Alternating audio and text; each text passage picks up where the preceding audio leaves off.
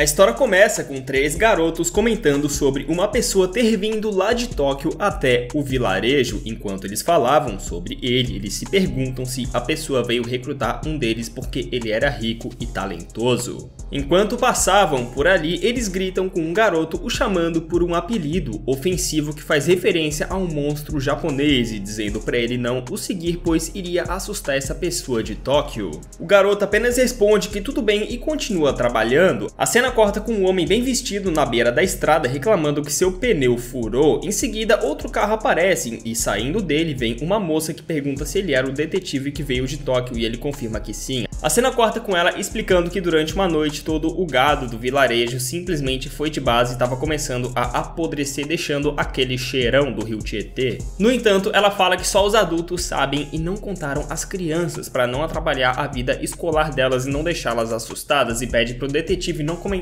sobre esse caso com ninguém para não atrapalhar os negócios dela que tem uma pousada. Chegando lá, ele toma um chá na varanda e enquanto observava a vista, ele vê aquele garoto de antes trabalhando na roça e tenta falar com ele, que apenas se curva em sinal de respeito e volta a trabalhar. Ele comenta com a dona da pousada que ele não parece ter recém-chegado da escola e pergunta se ele só trabalhava ali, mas a dona diz que o daria os detalhes depois, enquanto faz uma cara de quem não quer falar sobre isso. Em seguida, ele vai aproveitar nas fontes termais, dando aquela relaxada, e o filho da dona pede para lavar as suas costas. Ele permite e o garoto começa a conversar sobre a cidade grande, dizendo que Tóquio, de onde ele veio, ele, no caso o detetive, deve ser um lugar incrível que tem tudo e seu sonho era ir pra lá quando crescesse. O detetive pergunta sobre o garoto que viu mais cedo e ele o chama de Dorotabou e explica o apelido, dizendo que o garoto ganhou esse apelido porque tá sempre cheio de sujeira e estrume enquanto trabalha no campo todo dia. Por isso eles deram esse nome que vem de um yokai que mora no campo. E fala também que eles tiveram que dar um trabalho onde ficasse longe das pessoas por causa do seu cheiro horrível. A cena corta com o detetive falando para a dona da pousada que queria o Dorotabou o servindo no lugar do seu filho e ele vem lhe trazer o café da manhã. O detetive se apresenta dizendo se chamar Kohashi e dá seu cartão a ele. Ele fala que é um detetive que investiga coisas relacionadas ao ocultismo e pergunta se o Dorotabou não tinha visto nada de anormal na região nos últimos dias. Ele pergunta se ele estava investigando a misteriosa morte dos gados ali na região, e ele pergunta como sabe disso, pois a dona não falou para mais ninguém, mas ele diz que é porque foi encarregado de retirar os corpos e diz que todos pareciam ter sido mastigados. Que nojo. Ele fala que talvez algo acontecesse na próxima lua nova, pois ele sempre retirava o corpo do gado mastigado na manhã seguinte à noite de lua nova, como se o ataque fosse só nessa noite específica. A cena corta com a dona chegando e surpresa em ver o detetive todo sujo, mas ele explica que estava ajudando o Dorotabou em seu trabalho como parte da investigação. O anime da sequência mostrando várias cenas dos dois fazendo várias coisas juntos e mostra também aquele garoto de antes, o filho da dona, chamado Yataro, alguma coisa assim, não lembro, que ele é meio que figurante. O filho da dona, né, mostra ele lá brabo pelo detetive ter o ignorado e só estar junto com o Dorotabou. Em seguida, enquanto descansava, ele pergunta sobre o pingente do Dorotabou, que diz que estava com ele desde que era um bebê e provavelmente era dos seus pais que o abandonaram. Ele pede para dar uma olhada e após analisar, ele fala que essa é uma pedra da vida, pedras raras feitas sob condições especiais com componentes que só existem dentro delas, o que a torna uma pedra super valiosa e com certeza não é o tipo de coisa que deixariam com alguém abandonado. E termina dizendo que deve haver um motivo pela qual foi adotado pela dona da pousada, mas abandonado ele com certeza não foi. Ele ainda se oferece para ajudar o Dorotabou a encontrar os seus pais e pergunta se ele queria conhecê-los, e ele responde que sim. Durante a noite, o filho da dona vem encher o saco dele, dizendo pra ele não se achar e pensando que o Dorotabou estava tentando tirar a chance dele de ir pra Tóquio. Ele diz que a sua mãe só o adotou porque eles são primos e não ficar se achando só porque tinha aquele colar. Em seguida, ele tira o colar do Dorotabou, que começa a se transformar em um monstro loucão das ideias enquanto dizia pra devolver. No entanto, ele volta ao normal assim que alcança o colar. Ele diz pro detetive ficar longe dele, pois ele era o culpado, se chamando de monstro, mas em seguida o detetive mostra a sua bunda pra ele, mas tem um motivo, calma. Ele mostra que tinha um rabo, dizendo que não era humano assim como ele. Ele fala que desde os tempos antigos monstros têm vivido entre os humanos e eles são conhecidos como Kemono. Alguns se aproximaram demais dos humanos tendo filhos com eles, que é o caso do Dorotabou, que o detetive revela ser filho de um Gou e uma humana. Ele é um demônio sem sangue. Ele continua dizendo que aquela pedra serve para deixá-lo em sua forma de humano, assim ele não ataca ninguém por instinto. Ah, agora tá explicado. Você deve estar vendo uma tela preta agora enquanto eu falo isso, mas é porque eu tô me estendendo demais nesse resumo e tô com medo de acabar perdendo o vídeo por causa disso, então é isso aí. Ele revela que não foi o Dorotabo que matou os animais, e ele se lembra que o filho da dona, chamado Yataro, tava fora de casa essa hora e tava em perigo. O Yataro se lembra do passado onde acidentalmente fez o Dorotabo ir de base, mas notou que ele não tinha sangue saindo dele, e sim algo branco. Além disso, ele voltou... algo branco, mas é isso aí, mano, é o que o anime diz. Além disso, ele voltou a tempo do jantar aquela noite. Ele é atacado por cachorros, mas é salvo pelo detetive e pelo Dorotabo, que chegam a tempo. Eles enfrentam o culpado por tudo que era um cervo gigante zumbi e o Dorotabo o elimina. Ao irem embora dali, o detetive aponta sua pistola em direção ao Dorotabo, dizendo que na realidade ele foi contratado pela dona da pousada para eliminá-lo, pois ela sabia que ele era um monstro e pensava que ele era o culpado pelos acontecimentos. Nessa troca de palavras, ele descobre o verdadeiro nome do Dorotabo, que se chama Kabani. Ele é eliminado, mas acorda logo depois no carro do detetive, que explica que os ghouls não ficam mortos por muito tempo, e basicamente essa foi uma estratégia para todos pensarem ali, todos da vila pensarem que ele foi de base, e aí ninguém encheu o saco dele mais, e ele poder ir pra Tóquio, digamos assim. E é isso que acontece, cara. O episódio termina com eles chegando em Tóquio, o detetive o dando as boas-vindas em sua agência de detetives. O segundo episódio começa com o Kabani se apresentando a dois outros membros da agência, Akira e Shiki, que ficam surpresos em verem um novato ali. O detetive, que tá na hora de chamar pelo nome, né, chamado Kohashi, explica que a agência faz, dizendo que eles fazem diversos serviços envolvendo o mundo dos monstros, que ia desde investigar algo até organizar um funeral. É basicamente uma agência faz tudo versão ocultismo, digamos assim. Ele pergunta se o Kabani queria se juntar, mas dá um tempo pra ele se decidir. Em seguida, o Kohashi fala que o Shiki é um meio humano, assim como ele, querendo que os dois se dessem bem, mas o Shiki é extremamente grosso com ele e fica brabo por ele ter pego uma blusa sua sem permissão, sendo que todas as suas blusas eram iguais a essa. Em seguida, ele vai embora e o Akira pede desculpas, dizendo que ele sempre age assim com todo mundo. O Kabani diz estar surpreso com o quão linda ela é, mas ela revela ser um garoto e vai embora dali ofendida. Isso também me pegou de surpresa. A cena corta com o Kabani observando o Shiki comer pizza enquanto dizia que não tinha nenhuma intenção de ser amigável com ele. No entanto, ele se incomoda pelo fato do Kabani não ter pego nenhum pedaço e oferece pizza a ele, que diz nunca ter visto isso antes. O que deixa o Shiki maluco, já que ele adorava a pizza. Ele come um pedaço pela primeira vez e a cena corta com o Shiki deitado na cama com cara de birrento.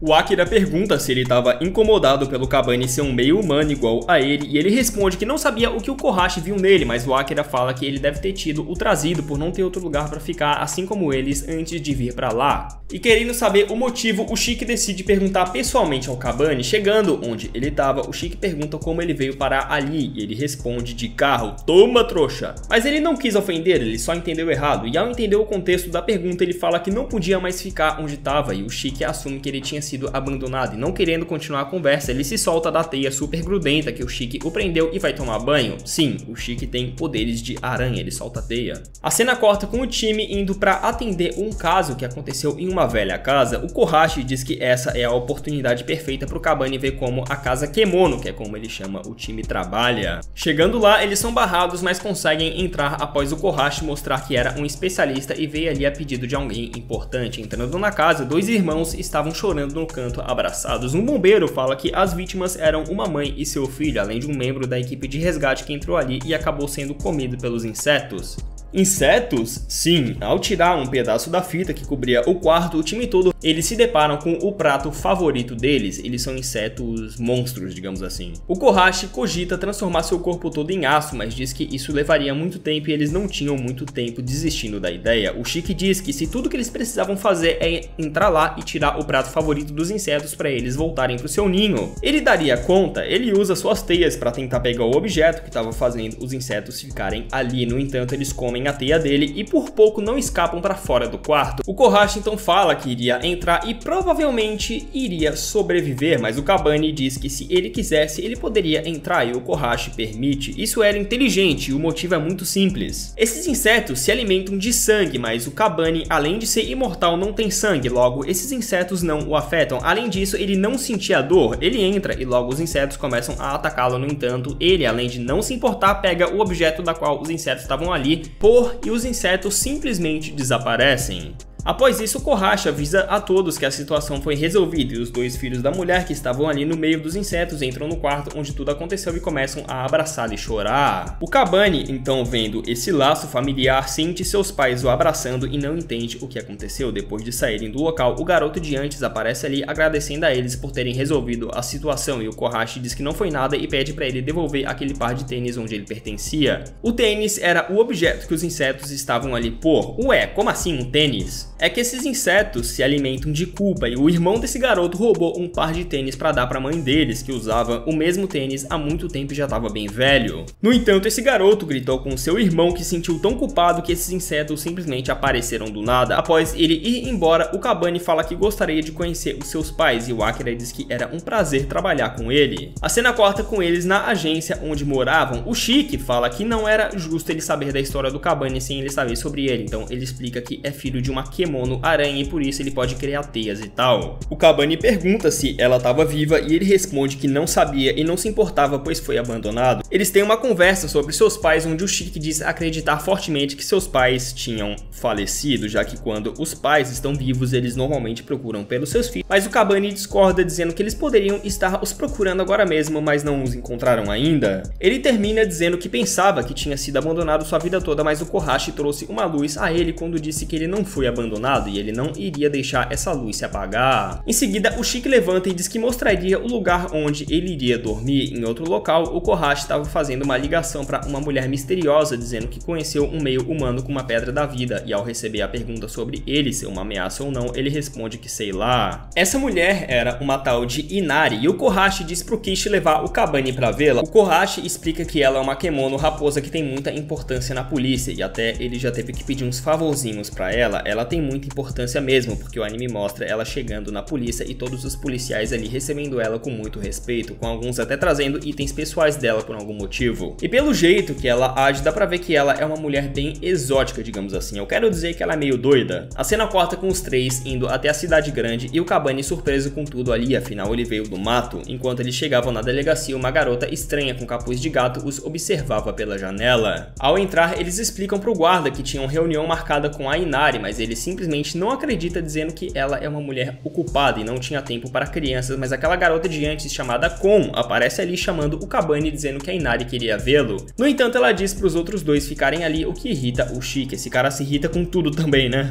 Chegando lá, a Inari conta algumas coisas sobre a vida dele, como ter sido adotado, ser um Kemone mestiço com uma pedra da vida, e pede para ele confirmar se era verdade, e ele confirma que sim. Ela então pede pra ver a sua pedra da vida com uma cara suspeita e o Kabane deixa ela ver. Ele nem desconfia de nada, mano. Pra ele tá tudo de boa. Ela pergunta se ele sabia pra que a pedra servia e ele diz que ouviu que ela serve pra conter a sede de sangue dele e ela afirma que é isso mesmo. Ela diz que os Kemonos pegam as energias físicas, mentais, sensoriais, emocionais e várias outras produzidas pelos humanos e vivem delas. No entanto, ela não gosta de viver entre os humanos e se ela conseguisse replicar essa pedra, os Kemonos não precisariam mais viver perto dos humanos, por isso adivinha o que ela faz? Se você respondeu, cortar a cachola dele, botar em uma caixa, pedir para os guardas jogarem o corpo fora e dizer pra garota lidar com os amigos dele, então você acertou. A cena corta pro Shiki irritado pra variar porque o Kabane estava demorando muito. Em seguida ele aparece ali carregando uma maleta dizendo que precisava entregar pra Inari-sama, mas ao chamá-la desse jeito o Shiki pergunta por que ele estava chamando aquela velha desse jeito e ao ouvi-lo chamar de velha, o suposto Kabane revela ser aquela garota, a Kon disfarçada. Ela começa a atacá-los e o Shiki diz pra ela parar, pois estava começando um incêndio com seus poderes. E tinham pessoas inocentes ali, no entanto a Kon revela que eles caíram no charme da Inori e agora não pensam nem sentem nada, incluindo dor. O Shiki, que tinha usado seus poderes de teia para criar uma barreira puxando os móveis ali perto, consegue distraí-la com esse diálogo e puxa a maleta da mão dela. Ao abri-la, ele nota que dentro estava a cachola do Kabane e se assusta, já a Akira literalmente desmaia. A Kon os procura, mas nota que eles tinham sumido e o Shiki aparece ali atrás enquanto carregava a Akira e a cabeça do Kabane na mão até o andar de cima. Chegando lá, o Kabane diz que tinha um plano para derrotá-la e pede pro Shiki jogá-lo até ela. Ele resiste de começo, mas é convencido pelo Kabane que o joga. O Kabane morde ela e a derrota. Em seguida, o Shiki nota que o fogo foi apagado e o guarda da recepção estava dormindo, mostrando que era tudo uma ilusão. O Kabane então regenera seu corpo inteiro rapidamente. A cena corta com ele se encontrando com o Kohashi fora da delegacia. Ele revela já saber que ela faria isso tudo, mas claro que ele não deixaria ela ela roubar o pingente do Kabani facilmente assim?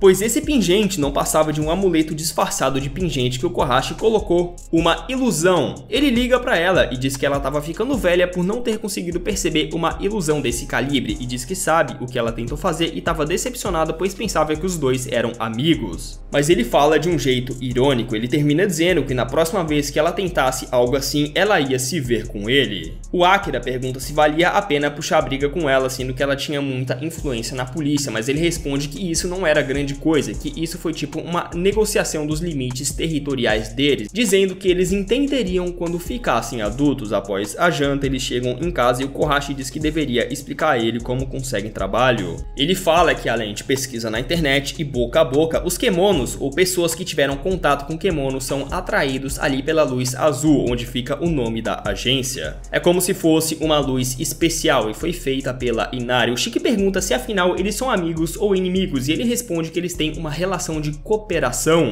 Em seguida, a Kon aparece ali querendo a cabeça do Kabani para levar para Inari, mas ela acaba desmaiando por causa da ferida e sua barriga começa a roncar. A cena corta com ela comendo pizza na casa deles. Após comer um pouco, ela mais uma vez tenta pegar a cabeça do Kabani, mas é segurada pelo Kohashi, que diz que ficar em cima da mesa é um sinal de maus modos e a Inari ficaria decepcionada. Após ouvir isso, a Kon desce da mesa e o Kohashi pede para ela agradecer pela comida e limpar a sua bagunça. O episódio termina com um cliente chegando e o Kabani dizendo que ele tem um cheiro estranho de kemono. E o Shiki fala que ele é um dos humanos que foi atraído até ali pela luz, já que teve contato com um kemono. A cena corta com o tal cliente afogando as mágoas no bar da agência. Pera aí, a agência tem um bar? Sim, e o Shiki explica que antigamente a agência era gerenciada por um parceiro do Kohashi e seu hobby era ter um bar. No entanto, ninguém sabe onde esse antigo parceiro dele tá hoje em dia, e eles dizem pro Kabani não mencionar isso ao Kohashi, já que é um assunto delicado a ele. O cliente diz que tinha uma mulher que ele gostava, mas não sabia nada sobre ela, e o Akira diz que provavelmente ela não gostava dele, mas ele diz que isso não era possível porque ela era super gentil. Estamos falando do cliente aqui, não do Kohashi. Ele não sabia descrever o que sentia, mas o Akira diz que é amor. O Shiki acha nojento, mas o Akira dá uma brincada com ele, dizendo que ele nasceu do amor de um humano e uma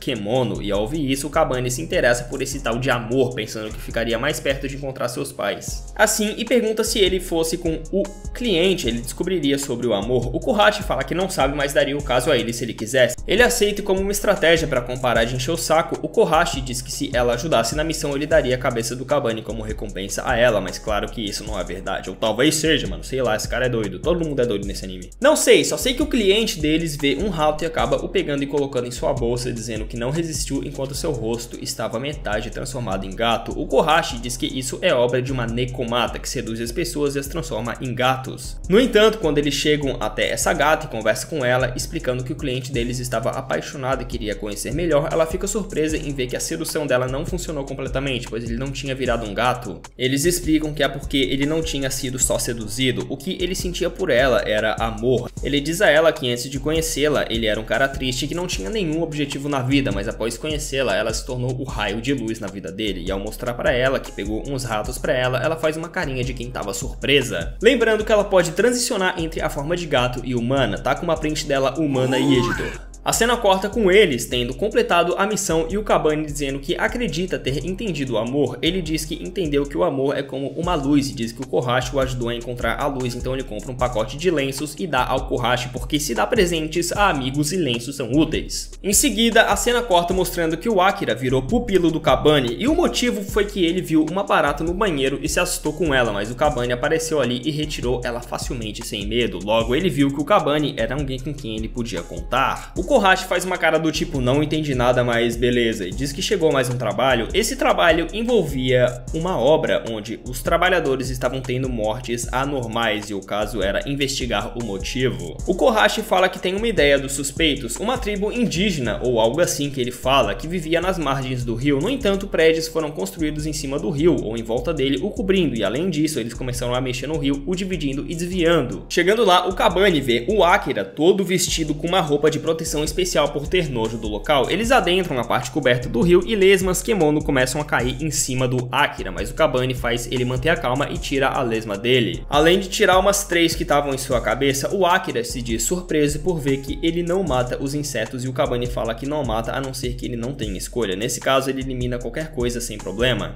Ele diz que ele lembra o irmão gêmeo dele e diz que veio ao escritório do Kohashi para encontrá-lo. Ele diz que eles são o que chamam de Yuki Onoki, o clã deles vivem nas montanhas de Aomori, nome difícil. E por algum motivo a maioria do clã deles são mulheres e um homem só nasce a cada 100 anos, por isso eles eram vistos com olhares estranhos já que eram 2 homens. Só para lembrar, o Akira é homem. Ele explica que era muito medroso e seu irmão sempre dizia que iria o proteger, mas os dois acabaram se separando quando decidiram fugir da vila. No entanto, como ele tá bem, ele imagina que seu irmão também está. Enquanto andavam mais um pouco, eles são atacados por uma criatura sapo que leva um cano bem dado na cara do Kabane. Olha o duplo sentido aí, rapaz. Logo, um animal estranho, que eu imagino ser um Kemono, aparece ali e dá uma mordida no sapo fazendo ele fugir. Esse Kemono foi enviado pelo Kohashi, colado nele tinha uma carta. Ao ler a carta, o Akira disse o que estava escrito, que era um aviso sobre o povo indígena que vivia no esgoto serem esses Kemonos sapos aí que se tornaram aberrantes depois de comerem pessoas. Eu nem sei o que significa essa palavra, só que no anime tá escrito assim. Além disso, eles perderam a inteligência, senso de orgulho e só atacam as pessoas por instinto. A carta termina dizendo que se eles não forem eliminados, representariam uma ameaça para todos fora do rio também. Ele mandou um frasco de sangue que servia para atraí-los, ou seja, a treta ia comer solta, mas o Akira ficou com medo de lutar e o Kabane disse que poderia levá-lo para fora caso ele não quisesse lutar, mas ele se lembra do motivo pelo qual entrou na agência, que era ficar mais forte para encontrar seu irmão. Então ele resolve ficar dizendo que estava cansado de ser um peso para seus amigos. O Kabane então atrai os sapos com o sangue, o despejando na água, e a porrada começa com ele dando cada socão nos sapos que eu fico até tonto só de pensar no impacto. Enquanto ele e o Tanuki, que é um animal, lutavam, o Akira estava no canto assustado, mas ele decide lutar e ativa seu poder de gelo, fazendo com que tudo à sua volta congelasse, incluindo o corpo do Kabane, que o elogia por ter congelado todos os sapos e acabado com a luta na hora. O episódio termina com o sapo velho agradecendo o Tanuki por ter derrotado todos os seus companheiros que perderam a sanidade e tê-los colocado para descansar. O Tanuki, que era o Kohashi disfarçado, diz que voltaria ali e pede para ele enterrar os corpos dos sapos dessa vez. Antes de sair dali, o Akira decide tirar uma fotinho junto com o Kabane, que estava todo congelado, parecendo um picolé, mas claro que soltar ele pode esperar, né? A fotinha pro Insta é prioridade. E esse foi o resumo de Kemono Jigen, um anime extremamente divertido e gostoso de assistir, então se vocês quiserem e pedirem muito, eu trago uma parte 2 com o maior prazer. Não esquece de mostrar que você gostou com seu like e comentando se quer uma parte 2.